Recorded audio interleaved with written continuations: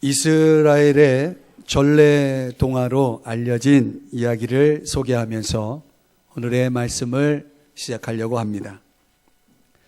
옛날에 어떤 청년이 실수로 왕의 노여움을 사게 되었습니다.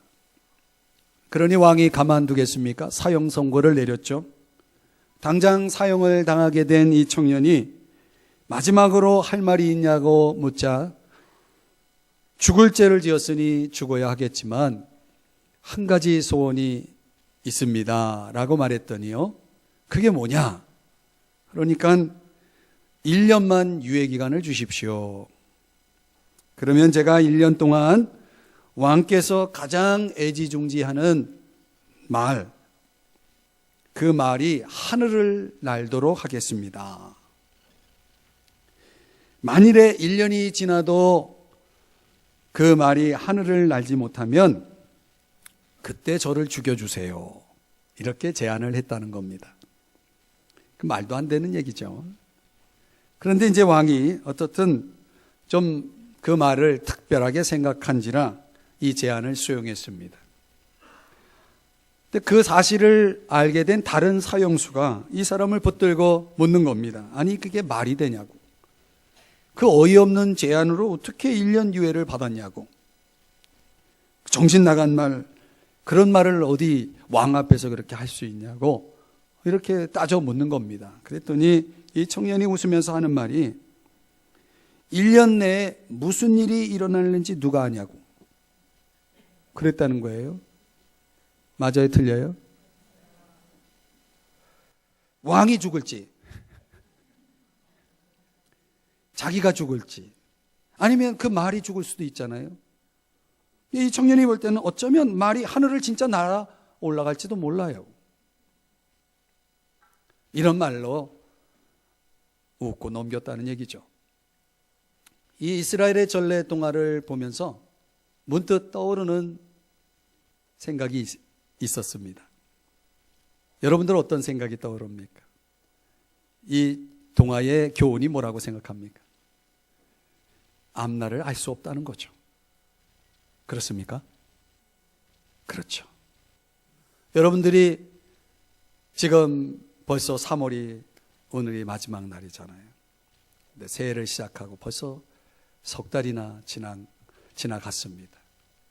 근데 앞으로 우리의 또 남은 날들은 어떤 일이 우리 앞에 놓여질까? 앞날은 알 수 없는 거죠. 그저 우리는 오늘이라는 선물을 매일 하나님께 받아서 살아갈 뿐이죠. 오늘이라는 기회가 우리에게 놓일 뿐입니다. 그때 우리는 그 기회를 뭐예요? 선택하는 거죠. 그래서 스카펙이라고 하는 사람은 인생은 선택이다라는 말을 했습니다. 그 선택에 따라서 어떤 날은 우리가 감사할 수도 있고 어떤 날은 불평할 수도 있는 것입니다. 인생은 처음부터 끝까지 선택으로 이루어집니다. 그 선택은 주어진 기회 안에서의 선택인 거죠.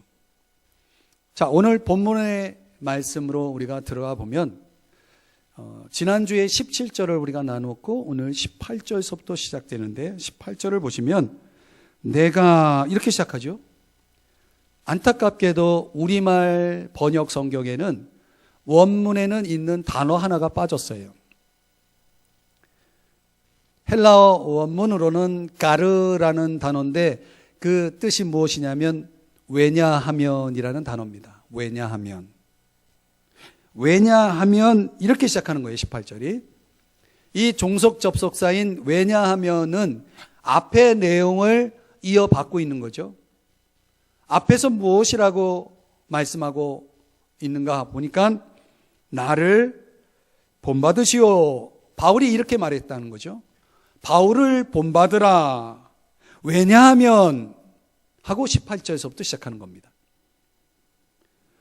왜 바울을 본받아야 하는지에 대한 이유를 설명하고자 하고 있는 것이죠. 다시 말하면 바울이 나를 본받으라고 말할 때 나를 본받는, 즉 바울을 본받는 사람이 선택한 인생과 또 바울을 본받지 않는 사람이 선택한 인생길이 완전히 다르다라고 하는 것을, 이 두 가지 삶의 방식을 오늘 본문 18절에서 21절에 소개하고 있는 것입니다. 왜 우리는 바울을 본받아야 할까요? 만약 우리가 바울을 본받지 않는다면 우리의 앞에 놓인 인생길은 어떻게 전개될까요? 완전히 다르다. 어떻게 다른가? 세 가지 차원에서 다르다는 겁니다. 첫 번째는 십자가의 믿음의 차원입니다. 자, 18절을 한번 보시면 중간 여러 사람들이 이렇게 시작하죠. 여러 사람들이 어떻게 그리스도의 십자가의 원수로 행하느니라. 자, 이 여러 사람들은 한마디로 17절의 말씀에 근거하면 바울을 본받지 않는 인생을 선택해 가는 사람들이죠. 바울이 나를 본받으라라고 말하지만 전혀 그 삶의 방향이 그런 방향과 다른 길을 걸어가는 사람들을 얘기합니다. 그런 사람들은 어떤 사람들이 될 것이냐? 그리스도의 십자가의 원수가 될 것이다. 그 십자가를 거부하는 사람, 십자가를 싫어하는 사람, 십자가를 반대하는 사람, 십자가를 불필요하게 여기는 사람들이 될 것이다 라고 바울이 말하고 있는 것이죠. 자, 저를 보시죠. 여러분, 십자가가 뭡니까? 우리가 기독교라고 하는 세계를 들어오면은 가장 많이 듣는 단어 아닙니까? 여러분들이 길거리를 지나다가 또 교회라고 하는 곳을 보게 되면은 어느 곳도 예외 없이 십자가를 보고 십자가를 듣죠. 도대체 왜 기독교는 그 십자가에 매달릴까요? 왜 사순절이라 해서 십자가를 묵상해야 한다고 말할까요? 도대체 저와 여러분에게 십자가는 무엇입니까? 우리가 아는 원래 성경시대의 십자가는 오늘 우리가 역사적인 그런 자료를 들여다보면 그런 내용이 나와요. 가장 잔인한, 가장 악한 사람들에게 사형 방법으로 그렇게 사용되었던 처형 방법이라고 하죠. 예수님께서 그런 십자가형을 받으셨다는 거죠. 왜 예수님은 그런 십자가형을 받으셨는가? 그분이 그렇게 끔찍한 죄를 지었다는 얘기입니까?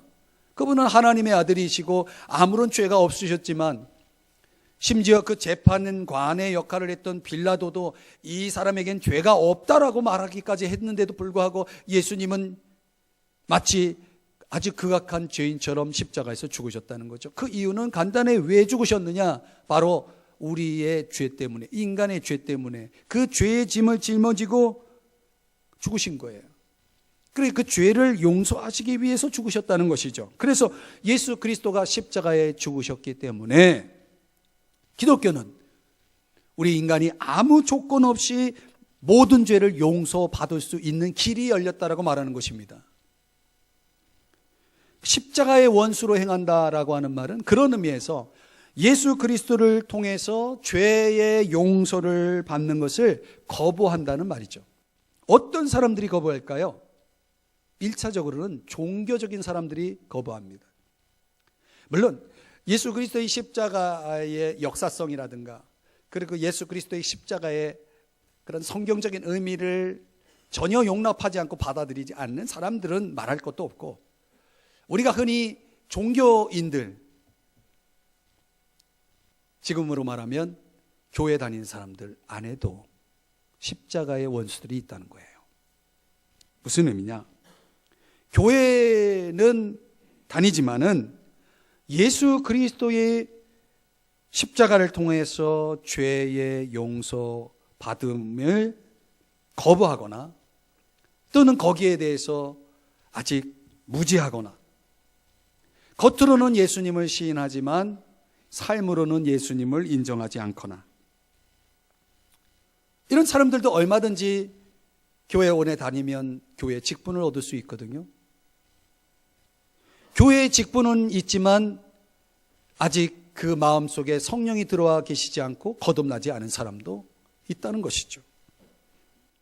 혹 여러분 중에 그런 분들이 있다면 이 시간에 나를 위해서, 나의 죄를 위해 십자가에서 죽으신 예수 그리스도를 구세주로 여러분의 마음 중심에 모셔드리기를 축복합니다. 모셔드려야 됩니다. 죄의 용서를 거부하는 사람들은 다른 사람들에게 나쁜 영향을 미칩니다. 겉으로는 열심을 냅니다. 그러나 자기 의를 앞세웁니다. 자기 업적을 내세웁니다. 이런 사람들은 자기 부인이 없습니다. 이런 사람들은 자기 희생이 없습니다. 그런 모범이 없어요. 다른 사람 필요보다는 자기 충족에만 관심을 갖습니다. 어떤 사람들은 이걸 올바른 신앙으로 착각해요. 그런 오해들이 따르게 돼 있습니다. 사랑하는 여러분, 우리가 이 성경을 깊이 들여다보면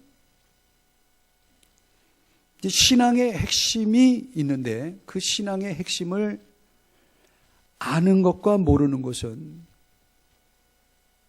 이건 너무나 큰 차이가 있습니다. 저는 거듭 예배에 참여하는 많은 분들에게 이 설교를 하고 있습니다. 십자가의 원수는 멀리 있지 않습니다. 어쩌면 우리 가까이에 있을지 모릅니다. 이런 사람들은 십자가를 묵상해야 할 이유를 모릅니다. 십자가를 바라봐도 아무 느낌이 없습니다. 십자가가 나와 상관없다고 생각합니다. 원수입니다. 십자가의 원수로 행하는 것입니다. 반면에 20절 말씀에 보면 그러나라는 접속사가 또 나옵니다. 그러나 우리의, 여기 우리는 어떤 사람이냐, 이걸 풀어야 됩니다. 이거는 반대로 말하면 바울을 본받는 사람들을 얘기하죠. 이런 사람들은 예수 그리스도를 어떤 분으로 소개하냐면 20절 보세요. 거기 중간에 구원하는 자 보이시나요? 예. 시력이 나쁘지 않다면 보일 겁니다. 구원하는 자라고 말하고 있습니다. 이걸 줄이면 구세주라고 얘기하죠. 들어보셨죠? 구세주. 나를 죄에서 구원하실 구세주라고 예수 그리스도를 그렇게 소개하고 있습니다. 무슨 말입니까? 십자가의 원수도 있지만 예수 그리스도께서 나의 죄를 위해서 십자가에 죽으셨다는 것을 알고 나의 죄를 회개하고 예수 그리스도를 믿고 영접해서 그 결과로 죄 용서받고 거듭난 십자가의 친구도 있다는 거예요. 이게 우리예요. 어떤 사람들은 십자가의 원수지만 우리는 십자가의 친구라고 말하고 있는 것입니다.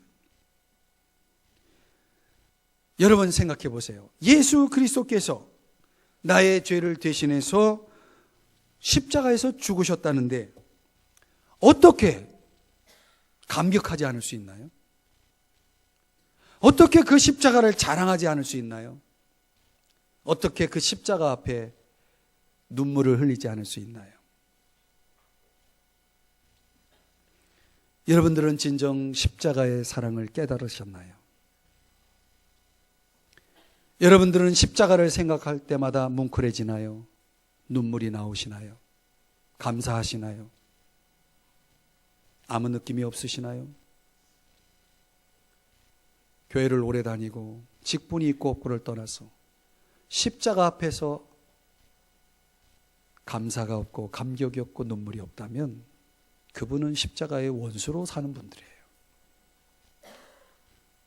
오늘 십자가의 친구로 바울을 본받는 사람들은 날마다 그 십자가 앞에 감격하며 눈물 흘리며 감사하며 내 삶을 흔들어 깨워 내 인생을 송두리째 변화시킨 그 십자가의 능력을 찬양하며 자랑하며 사는 사람들이 되는 거예요. 더 그 십자가의 주님을 알고 싶은 욕구가 생기게 되어지는 거죠. 여러분 한번 곰곰이 생각해 보세요. 제가 한번 여쭤볼게요. 돈이 있으면 행복한가요? 왜 답변을 안 하세요? 사람이 돈이 있으면 행복한가요? 성경적으로 말하면 아니에요. 돈이 있어도 행복할 수 없는 이유는 이 죄의 문제가 해결되지 않으면 인간은 근본적으로 죄책을 느끼게 되고, 죄책은 가책이 생기고, 가책이 생기면 사람은 절대로 행복할 수 없어요. 내가 여전히 이 죄에 대한 용서가 아직 이루어지지 않았는데 어떻게 사람이 행복할 수 있어요? 여러분, 사람이 성공하면 행복합니까? 그것도 아니죠. 왜? 그 성공도 성공 나름입니다. 여러분, 정당한 방법으로 성공하지 않고 부끄럽게 성공했다면 잠을 잘 수 있나요? 절대 행복할 수 없죠. 정당한 방법을 통하지 않고 오늘에 왔다면 그는 불안에 떨 수밖에 없습니다. 언젠가는 들통이 나게 돼 있는 것이죠. 다른 사람은 성공했다고 부러워할지 모르지만 나는 잠을 잘 수가 없는 겁니다. 왜? 스트레스가 있는데 어떻게 잠이 와요? 그러므로 여러분 생각해야 됩니다. 사람이 진정으로 행복해지려면 죄의 용서를 받아야 되는 거예요. 그게 근본입니다. 그게 아주 핵심입니다. 행복이 없다면 기쁨도 없고, 기쁨이 없다면 감사도 없는 것입니다. 내 안에 행복이 없는데 성공이 뭡니까? 행복이 뭡니까? 복이 뭡니까? 다 의미 없는 겁니다. 인간의 근본 속에 죄의 용서라는 이 축복이 주어지지 않는 이상 인간은 절대 행복할 수 없다는 것입니다. 속지 말아야 됩니다. 그래서 그리스도의 십자가가 중요하다는 거예요. 이 십자가를 왜 기독교가 여기에 정말 매달리고 이것을 중요하게 여기느냐, 바로 그런 이유 때문이라는 거죠. 오늘 이 아침에 와서 예배 드리신 여러분들 마음속에 십자가는 무엇인지 한번 생각해 보세요. 여러분에게 십자가는 뭐냐? 아무 느낌 없는, 그냥 늘 지겹도록 듣고 있는 그런 십자가입니까? 나와 전혀 상관없는 십자가입니까? 오늘 성경에 말하는 십자가의 원수로 사는 사람들이고, 정말 그 십자가 앞에 나의 죄가 용서되었고 나를 죽기까지 사랑하신 그 구주의 사랑의 십자가라는 것이 깨달아지고 느껴지고 그게 가슴에 메이고, 그래서 그 사랑의 감격 속에서 눈물 흘리는 사람입니까? 이런 사람들은 십자가의 친구인 거죠. 십자가의 원수로 사는 것, 십자가의 친구로 사는 것은 정말 말 그대로 하늘과 땅 차이. 그 인생길은 완전히 다른 인생길을 살아가게 되어 있습니다. 여러분, 예수 그리스도의 십자가 앞에 나와야 됩니다. 이걸 여러분들이 기가 따갑도록 수만 번, 수십만 번 들어도 여러분들이 이걸 깊이 깨닫고 여러분 안에 그 십자가가, 십자가에 피 묻은 예수 그리스도의 그 사랑의 손을 여러분이 붙잡지 않는다면 여러분들은 우리 평생 죄 용서 없이 살아가게 되고 아무런 변화 없이 살아가게 되는 것입니다. 예수 그리스도의 십자가 앞에 나와야 됩니다. 이게 누가 뭐래도 이건 기독교의 가장 중요한 핵심입니다. 그러니까 오늘 이 시간 이 예배를 드리는 여러분들이, 여러분이 오늘 이 자리가 여러분의 마지막 예배가 된다면 오늘 반드시 여러분이 십자가를 만나야 됩니다. 그 십자가의 주님을 만나야 여러분의 인생길이 완전히 달라지는 거예요. 중요합니다. 두 번째로 무엇이 다르다고 말하느냐? 평소 생각하는 게 달라요. 여러분, 사람이 생각하는 대로 살게 돼 있습니다. 그렇죠? 19절 말씀을 보시면 이렇게 말씀합니다. 그들의 신은 배요. 이 신이라는 것은 우리로 말하면 하나님을 얘기해요. 여기 그들은 도대체 어떤 사람이냐? 그들의 신, 즉 그들의 하나님은 배라고 그러는 거예요. 배. 배가 뭡니까? 히브리인들은, 유대인들은요, 이 배를 욕망의 자리라고 이해한다고 합니다.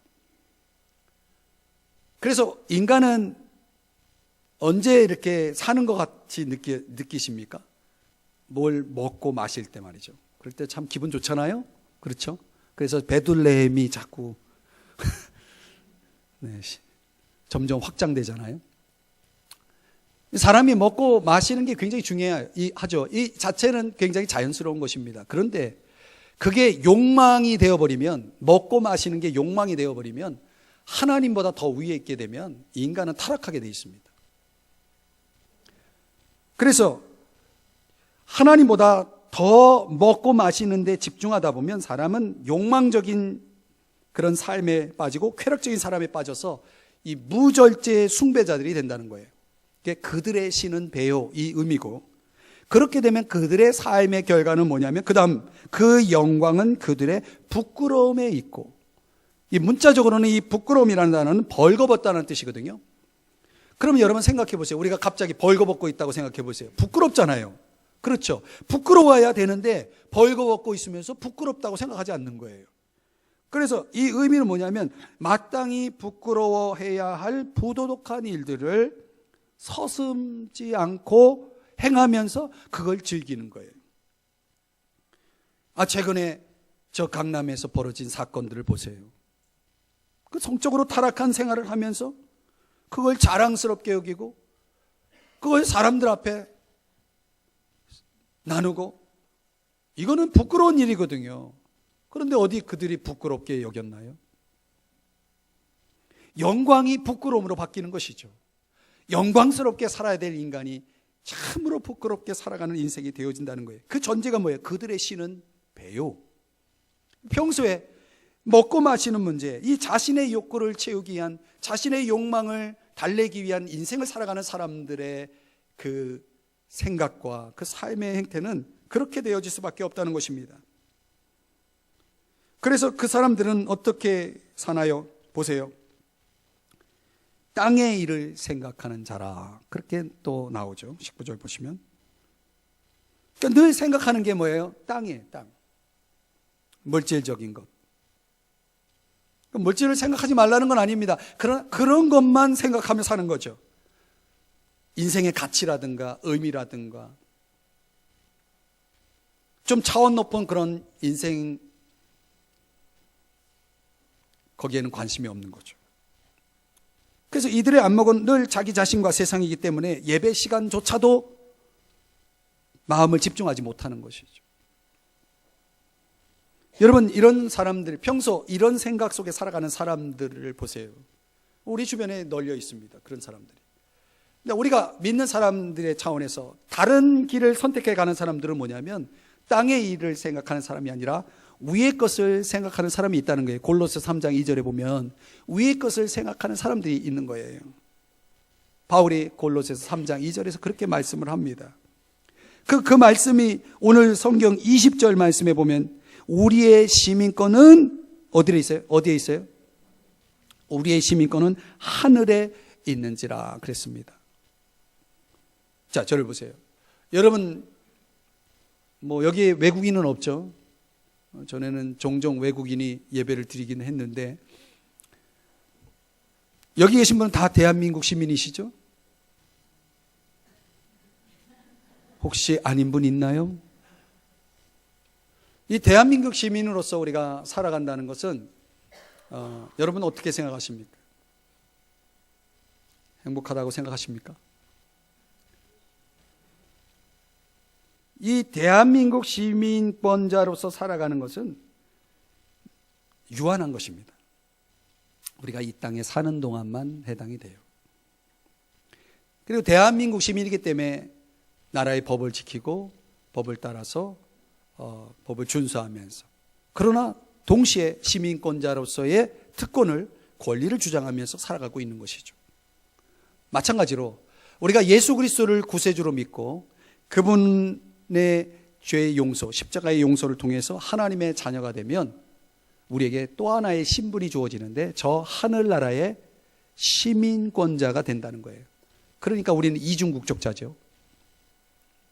그런데 대한민국 시민권은 유한하다면 이 하늘의 시민권은 무한합니다. 영원히 계속되는 시민권을 행사하게 되는 거죠. 어떤 면에서 보면 우리는 잠시 외국에 놀러 온 거예요. 지구라는 이 행성으로 잠시 놀러 와 있는 것이죠. 순례를 하고 있는 것일 뿐입니다. 그러나 우리는 우리 나라로 가는 것입니다. 하늘나라로 가는 것입니다. 하늘나라의 시민권자로서 행사하기 위해서 나의 본향으로, 더 나은 본향으로 가게 되는 것입니다. 그것이 히브리서 11장에 소개되고 있는 내용이에요. 그러니까 우리는 사실 이중국적자로서 우리는 두 가지 법을 다 지켜야 됩니다. 대한민국 시민법을 지켜야 되고, 또 동시에 하늘나라의 통치자이신 예수 그리스도의 그 제시된 법 아래서 살아가야 되는 거죠. 그러려면 우리는 그걸 생각해야 돼요. 그 법을 생각할 수 있어야지 법을 지킬 거 아닙니까? 그래서 끊임없이 우리의 통치자이신 예수 그리스도와 교제를 나누는 거예요. 말씀과 기도를 통해서 대화를 나누고, 그분의 사랑의 인도하심을 받고, 그분이 원하시는 그런 삶을 살아가야 되는 것이죠. 마땅히 하늘나라의 시민권자로서 주어진 책임과 의무를 다하면서 말이죠. 그렇게 되면 어떠한 형편에서도 뭐예요? 그분이 주시는 평안과 기쁨을 누리게 되어지는 것입니다. 그러다 어느 날 그분이 이제 우리를 오라 하시면 가는 겁니다. 그 나라에 가는 것입니다. 더 나은 삶을 위해서 말이죠. 이처럼 많은 특권이 우리에게 주어져 있는 가운데 있기 때문에 우리 그리스도인들이 이 땅에 사는 동안 많은 오해와 박해를 받을 수가 있습니다. 그런 것조차도 달게 받으면서 기도하며 찬송하며 적극적으로 신앙생활을 해나가는 것이 우리들인 것이죠. 30년 군생활을 하신 분이 있는데요. 이분이 이제 정년 은퇴를 앞두고 어떤 여러 가지 이제 생활 철학을 배우는 그런 세미나에 참여를 해서 열심히 공부를 하고 있는 겁니다. 그러니까 가만히 보니까 이분이 군생활도 그렇게 오래 하셨고, 부대장으로 상당히 젊음을 바친, 국가에 젊음을 바친 이 귀한 분인데, 이제는 은퇴를 하면 좀 자유롭게 하고 싶은 거 하면서 살면 되는데 왜 이런 데 와서 이런 교육을 받나, 이렇게 생각을 해서 그 이유가 뭔지를 물었더니, 글쎄 그분이 하는 말, 얼마 전에 내 아버지가 돌아가셨는데 임종 직전에 자기와 그 아내, 어머니를 부르더랍니다. 그리고 이 아들 귀에다가 특별히 뭐라고 말씀을 하셨다는 거예요. 그게 도대체 무슨 얘기냐고. 그랬더니 그 아버지가 자기 귀에 대고 이렇게 말씀하셨대요. 아들아, 너는 절대로 나처럼 살지 않겠다고 약속해다오. 너는 절대로 나처럼 살지 않겠다고 약속해다오. 너는 절대로 나처럼 살면 안 돼. 이렇게 짧은 말씀을 남기고 돌아가셨다는 거예요. 그런데 이 부대장 이분이요, 이 말이 귀에서 떠나질 않아요. 자기 가슴에 계속 부딪히는 거예요. 이제 정년 은퇴하고 나 하고 싶은 거 좀 인생을 즐기면서 살려고 했더니 나처럼 살지 말라, 나처럼 살지 말라, 이 소리가 메아리 치는데요. 이분이 더 이상 내가 생각한 대로 살아서는 안 되겠다 생각해서 내 인생을 다시 시작해야 되겠다 해서 그 교육 자리에, 교육 현장에 와서 그걸 위해서 준비하기 위해서 그 모임에 참여했다는 얘기예요. 사랑하는 여러분, 우리가 마음에 새겨둘 말 아닙니까? 여러분, 우리의 인생이 언젠가는 끝날 거 아닙니까? 그래서 하나님 앞에 가게 될 때 우리의 인생의 마무리를 이렇게 끝내서 되겠습니까? 나처럼 살면 안 된다고. 어거스틴이라고 하는 분은 하나님에 관해서 이런 말을 썼어요. 하나님은 우리가 그분을 위해 살도록 만드셨다. 우리 마음은 그분 안에서 쉴 때까지 안식할 수 없다. 그리스도를 통한 하나님과의 깊은 관계는 가장 모든 사람의 심령 안에 심겨져 있는 가장 깊은 욕망이다. 그분을 알고 삶 가운데 그분 뜻을 이루는 것에 초점을 맞추라. 그리하면 세상에서 가장 큰 기쁨이 무엇인지 알게 될 것이다. 여러분, 세상에서 가장 큰 기쁨이 뭔지 아십니까? 그러려면 초점을 맞춰야 돼요. 우리 생각에 초점이 필요하다는 거죠. 여러분은 지금 무엇을 보고 있는가가 중요합니다. 여러분은 평소 무엇을 생각하며 사느냐가 중요합니다. 여러분은 무엇에 진념하고 있는지를 생각해 보세요. 과연 그것이 오늘 말씀하고 있는 것처럼 땅의 일을 생각하고 있는 것에 맞춰져 있나요? 하늘에 초점이 맞춰져 있나요? 중심 이동이 필요하죠. 그 한시적인 땅의 것만 집착하고 진념하고 살겠습니까? 아니면 이제 수준 있는 높은 차원의 삶을 사시겠습니까? 높은 것을 바라봤으면 좋겠어요. 하늘에 좀 관심을 가졌으면 좋겠어요. 하늘에 마음을 두었으면 좋겠어요. 그러면 여러분의 인생은 달라질 것입니다. 새로워질 것입니다. 차원 높은 삶이 전개될 것입니다. 오늘 바울은 무엇이 다를 것이라고 말씀하고 있는가? 셋째로는 인생 최후의 마침이 다를 것이다. 다를 것이다. 자, 19절을 보시면 그들의 마침은 멸망이요. 자, 여기 마침이라고 하는 단어는 텔로스라고 하는 단어인데 끝, 결론, 종결, 최후의 결과 이런 뜻을 가지고 있는 단어입니다. 모든 사람들에겐 텔로스가 있습니다. 여러분이 어떤 모습으로 살아가든 우리 모두는 예외 없이 텔로스가 기다리고 있습니다. 우리의 최후의 결과가 기다리고 있는 거죠. 근데 어떤 이들은 오늘 그렇게 말씀하고 있습니다. 그들의 마침, 요 그들은 어떤 이들은 멸망으로 끝나는 사람들이 있다는 거죠. 아폴레이아, 이 멸망은 악한 자들에 대한 하나님의 심판을 얘기합니다. 영원한 파멸, 하나님과의 영원한 분리를 이 아폴레이아 멸망이라고 말씀하고 있는 겁니다. 어떤 사람은 참 그럭저럭 사람들이 보때 부러워할 만한 그런 삶을 살았을지 모릅니다. 그러나 그런 사람들 가운데도 어떤 이들은 이들의 마침은 이렇게 아폴레이아로 끝날 수 있는 사람들이 있어요. 멸망으로 끝나는 사람들. 여기서 악한 자들은 악한 자들의 멸망이라고 했는데 그 악한 자들은 도덕적으로 나쁜 사람들을 얘기하는 게 아닙니다. 사실 도덕적으로 보면 어디 악하지 않은 사람이 어디 있습니까? 예수 그리스도를 통해 죄 용서를 거부한 사람들을 가리킵니다. 우리가 이 땅에 사는 동안 예수 그리스도를 통해 죄 용서 받는 것이 그만큼 중요하다는 것이죠.